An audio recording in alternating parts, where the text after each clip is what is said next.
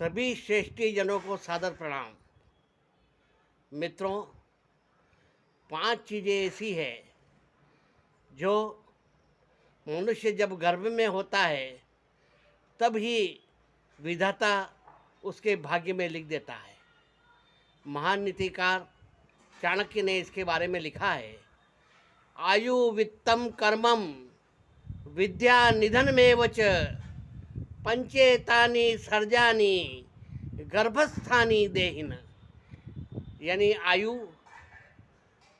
वित्त यानी कि रुपया पैसा धन संपत्ति, कर्म यानी कि काम, विद्या यानी जो हम अध्ययन करते हैं, और मृत्यु। यह 5 चीज़ें विधाता मनुष्य जब गर्भ में होता है तभी उसके भाग्य में लिख देता है।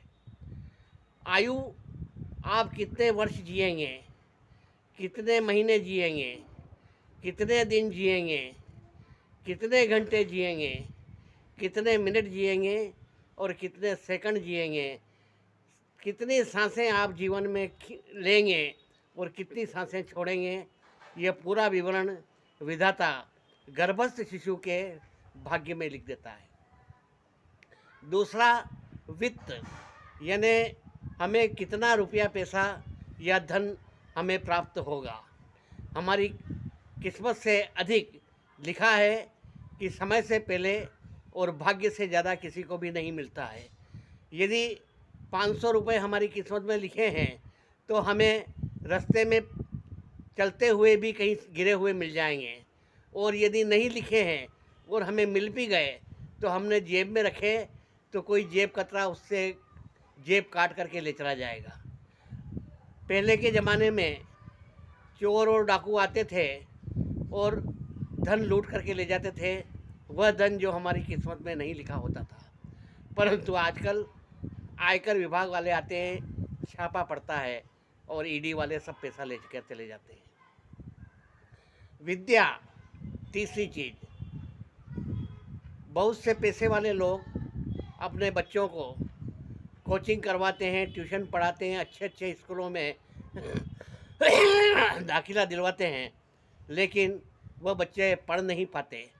परंतु बहुत से गरीबों के बच्चे लैंप पोस्ट के नीचे बैठकर पढ़ते हैं और ईश्वरचंद्र विद्यासागर बन जाते हैं, मिसाइल मैन बन जाता है और राष्ट्रपति बन कर के राष्ट्रपति भवन तक पहुंच जाता है। एक झोंपड़ी में पैदा होने वाली लड़की आगे चल कर के देश के सर्वोच्च पद पर पहुंचती है और राष्ट्रपति भवन में निवास करने लगती है, वह है द्रौपदी मुर्मू।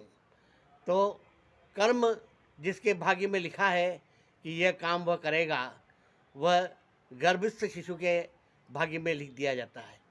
और निधन, यह बहुत महत्वपूर्ण चीज़ है कि आपका निधन कैसे होगा, किस तरह से आपको मृत्यु प्राप्त होगी। यदि सांप के काटने से आपकी मौत लिखी है तो आप जंगल में जाएंगे, वहाँ आपको सांप काट लेगा, और अगर नहीं जाओगे तो आप घर में सोए रहोगे तो वहाँ सोए हुए को भी आके सांप काट लेगा। तुलसी जैसी भवितव्यता तैसे ही बने सहाय, आप वहाँ पर आए या ताही वहाँ ले जाए। इन 5 चीज़ों में सबसे महत्वपूर्ण है वो है कर्म। और कर्म के बंधन में इंसान तो क्या, सुर नर मुनि नाग देवता, यहाँ तक कि भगवान भी बंधे हुए हैं। ब्रह्मा येन कुलालवंती यमितो ब्रह्मांड भंडोदरे, विष्णुर्येन दशावतार गहने क्षिप्तो महासंकटे, रुद्रो येन कपाल पाणिपुटके भिक्षाटनम कारत, सूर्यो भ्राम्यति नित्यमेव गगने तस्मै नमः कर्मणे। यानी कर्म को नमस्कार करते हुए महाराजा भर्तृहरि लिखते हैं कि इस कर्म के वशीभूत होकर के ब्रह्मा जैसे कुम्हार मटके बनाता है, ऐसे इंसानों की रचना करता है ब्रह्मांड के अंदर। विष्णु को 10 अवतार ग्रहण करना पड़ते हैं, और शंकर भगवान को खप्पर हाथ में लेकर के भिक्षाटन करना पड़ता है, और सूर्य को समय पर उदित होना और अस्त होना पड़ता है, और आकाश में विचरण करना पड़ता है। इस कर्म के अधीन सूर्य, विष्णु, ब्रह्मा और शिव भी हैं। तो कर्म प्रधान विश्व रचि राखा, भाग्य में जो लिख दिया है विधाता ने वो तो होके रहेगा ही, परंतु हमें कर्म करते रहना चाहिए।